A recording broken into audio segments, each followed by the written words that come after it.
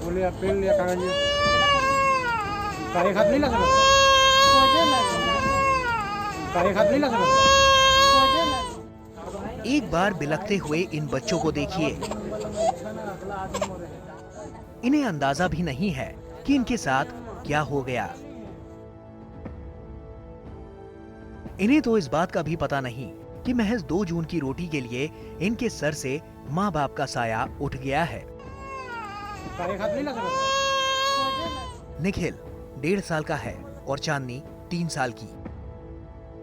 निखिल और चांदनी रात भर अपने मम्मी पापा के पास जाने के लिए रोते रहे, इस बात से अनजान कि अब वो कभी नहीं लौटेंगे। रोते बिलखते जब आंखों के आंसू सूख गए तो दोनों ने खाना मांगा और अपनी मौसी से लिपट गए। ये कहानी लखनऊ के मजदूर दंपति कृष्णा और पत्नी प्रमिला की है। कृष्णा देहाड़ी मजदूर का काम करते थे और किसी तरह उनका गुजारा चल रहा था, लेकिन इस कोरोना महामारी की मार से वो नहीं बच पाए। लॉकडाउन लागू कर दिया गया और काम धंधा चौपट हो गया। खस्ता माली हालत में कृष्णा ने कुछ दिन तो गुजारे, लेकिन अब स्थिति उनके हाथों से निकलने लगी थी। फिर उन्होंने भी अपनी किस्मत भगवान भरोसे छोड़ी, अपने गांव छत्तीसगढ़ लौटने का फैसला किया, लेकिन जाने के लिए कोई सुविधा नहीं मिली। बहरहाल कृष्णा ने पूरे परिवार को साइकिल पर बिठाया और किस्मत के भरोसे गांव के लिए निकल पड़े। लेकिन गरीबों पर तो किस्मत को भी दया नहीं आती। कृष्णा पूरे परिवार सहित जैसे ही सुशांत सिटी के अंतर्गत शहीद पथ पर पहुंचे, एक अनजान गाड़ी ने उन्हें टक्कर मार दी। पूरा परिवार सड़कों पर ही बिखर गया। पुलिस को जब इस बात की जानकारी मिली तो उन्हें उठाकर अस्पताल में भर्ती करवाया गया, जहां कृष्णा और प्रमिला की इलाज के दौरान मौत हो गई। ये बड़ा दुखद हादसा है। हम लोग लगातार लॉकडाउन के दौरान इन्हें भोजन और फूड पैकेट मुहैया करा रहे थे, लेकिन ये पता चला है कि इनके कुल 5 बेटा बेटी थे, जिसमें से 2 छोटे बच्चे इनके साथ यहाँ थे और इनके 3 बच्चे गांव में रह रहे थे। उसमें से इनकी बड़ी बेटी प्रेग्नेंट थी, जिसकी डिलीवरी कभी भी हो सकती थी। तो घर के इसी उधोड़ीबुन में और लॉकडाउन की थोड़ी सी जो परेशानी है उसके मद्देनज़र ये साइकिल से पति पत्नी दोनों यहाँ से निकल गए थे। रास्ते में एक्सीडेंट से मौत हो गई है। तो फिलहाल सबसे पहले तो हमारी जवाबदेही ये है कि हम बच्चों को सुरक्षित करें। उनके इलाज की हम लोगों ने व्यवस्था कराई है, राशन पानी की व्यवस्था की जा रही है और आर्थिक मदद भी हम लोगों ने इन्हें पहुंचाई है।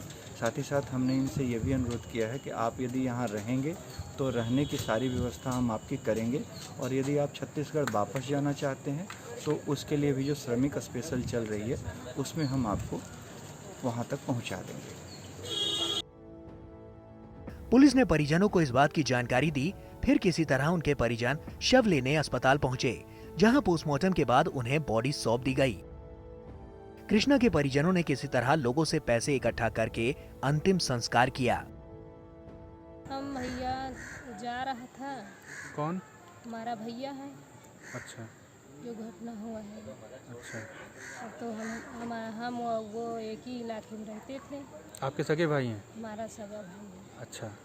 तो क्या हुआ, जब गया तो हमको पता था कि जा रहा है, ऐसे कह करके। कहाँ जा रहे थे? छत्तीसगढ़ जा रहे थे। अच्छा, कौन कौन था साथ में? साथ में और बहुत लोग रहे। अब यहाँ का हमारे पास का वही जा रहा था। उनके साथ और कौन कौन था? उनकी वाइफ भी? दूर दूर का रहे। उनकी पत्नी भी थी? हाँ, तो वही वो लोग 4 लोग थे। हाँ, 2 बच्चे और 2 मियाँ बीवी। किससे जा रहे थे? साइकिल से जा रहे। छत्तीसगढ़ के लिए? छत्तीसगढ़ के लिए। अच्छा, फिर क्या हुआ? फिर हुआ हम ऐसे फ़ोन किए, तो ऐसे फ़ोन किए तब बताया। पुलिस वाले ने फ़ोन उठाया और फ़ोन उठा करके कहा कि तुम बच्चे को ले जाओ, इसको एक्सीडेंट हो गया है, इतना ही हमको बताया। लेकिन अब हालात ये हैं कि दोनों बच्चे अनाथ हो गए हैं। फिलहाल तो उन्हें परिजनों ने संभाल लिया है, लेकिन उनकी माली हालत ऐसी नहीं कि वो दोनों बच्चों को पाल सकें। बच्चे बार बार रोते बिलखते अपने माँ पिताजी के बारे में पूछ रहे हैं, और जब रोते रोते थक जाते हैं तो सो जाते हैं। अब इनका आगे क्या होगा इसका तो भगवान ही मालिक है। लेकिन इस लॉकडाउन ने सबसे ज्यादा नुकसान रोज कमाने वाले दिहाड़ी मजदूरों का ही किया है।